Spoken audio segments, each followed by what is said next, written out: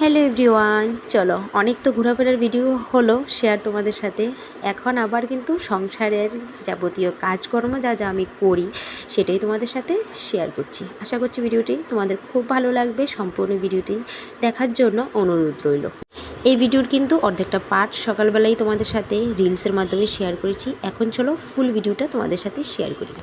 তো আজ হচ্ছে নিরামিষ, অনেক দিন পর নিরামিষ একটু অন্যরকমভাবে রান্না করছি, যেটা সবাই সবসময় করে নিরামিষে, কিন্তু আমি করি না, আমি খুব কমই করি। 7-8 মাস পর আজ যেভাবে রান্না করছি। তো আগে ভাতটা বসিয়ে দেব, তারপর আনাজপত্র সব কাটাকাটি করব। ওইদিকে কিন্তু আমি ভাতের জলটাও বসিয়ে দিয়েছি, সেটা দেখিয়েছি, আর ডালটাকে ভেজে নিয়েছি। এখন ডালটাকে সেদ্ধ বসিয়ে দেব, আর ওইদিকে ভাতের জলটা ফুটে আসলে তারপর চালটা দিয়ে দেবো। চালটাকেও ধুয়ে রেখে দিয়েছি। নিরামিষ খেতে কিন্তু আমি খুব পছন্দ করি, কিন্তু সংসারের অন্যান্য মানুষদের জন্য নিরামিষটা আমি খেতে পারি না। অনেক কথা শুনতে হয় নিরামিষ খাওয়ার জন্য আমাকে, তো যাই হোক সেটা আর বলি না। এই তো এখন আনাজটাকে বানিয়ে নেব, নিরামিষ সবজি রান্না করব, যেটাকে আমরা ঘ্যাট বলি। তো সেটা কিন্তু আমি একদমই করি না, সব সময় সব রকম সবজি থাকে না। তো এখন দেখলাম যে মোটামুটি একটু ভালোই সবজি আছে ঘরে, তো সেই কারণেই আজ ভাবলাম ডাল করব, ভাজি করব, আর নিরামিষ সবজি করব। তো নিরামিষ সবজিটা প্রায় 8-9 মাস পর আমার রান্না করে, মানে আমি রান্না করছি। তো এদিকে কাঁকরোল ভাজিটাও করে নেব, এখন সেদ্ধ হয়ে গেছে। ওইদিকে সৃজাকে তো স্কুলে দিয়ে এসেছি বন্ধুরা। সকালবেলার একটু পার্ট তোমাদের সাথে শেয়ার করেছি। প্রচুর তাড়াহুড়োর মধ্যে কাজটা করেছি, যেহেতু ধোয়া মোজা সব করেছি, করে আমাকে রান্নাঘরে আসতে আসতে প্রায় 9:45 বেজে গেছে। তো সেই জন্য আগে ভাবলাম ভাজি আর ডালটা করে নিই, করে পরে আনাজটা বানিয়ে দুপুরবেলার দিকে আমি সবজিটা রান্না করব, কারণ আবার সৃজাকে স্কুল থেকে আনতে যেতে হবে। এগুলি সেদ্ধ করে পটল ভাজি করেছি, এখন ডালটাকে সম্বাদ দেব। এটা করতে করতেই কিন্তু আমার ওই সৃজাকে স্কুল থেকে আনার সময় হয়ে গেছে।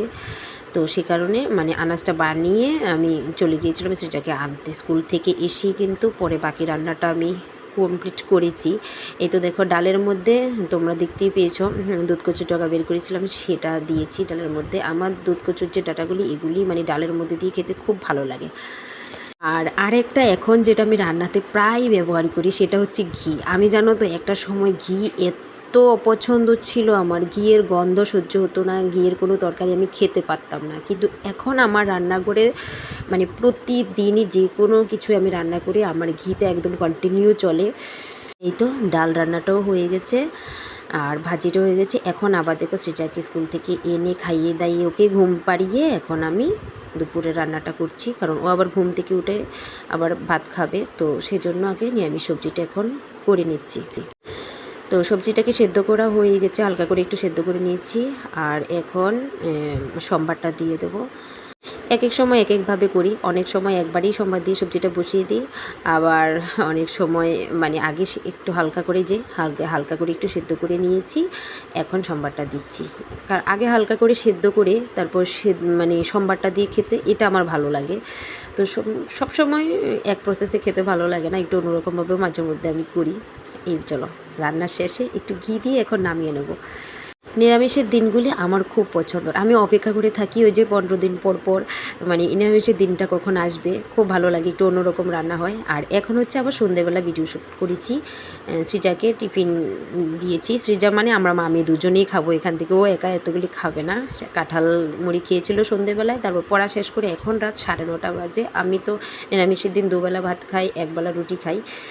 তো রাতে রুটিটা আমি খাই, কারণ রাতে আমার ভালো লাগে রুটি খেতে। তো আমার জন্যই 4টে রুটি করবো, সৃজা রুটি খাবে না, ও ভাত খাবে। আর দেখতে পাচ্ছ ঘরের অবস্থা বন্ধুরা, এত বৃষ্টি হচ্ছে বাইরে, কাপড় ছড়ানোর তো জায়গাই নেই, আর সব ভেজা কাপড়। আর এদিকে সৃজা খেলার আসর রয়েছে, এখন সৃজাকেও খাইয়ে দিয়েছে, আমার খাবার নিয়ে আমি বসেছি। চলো ভিডিওটা এখানে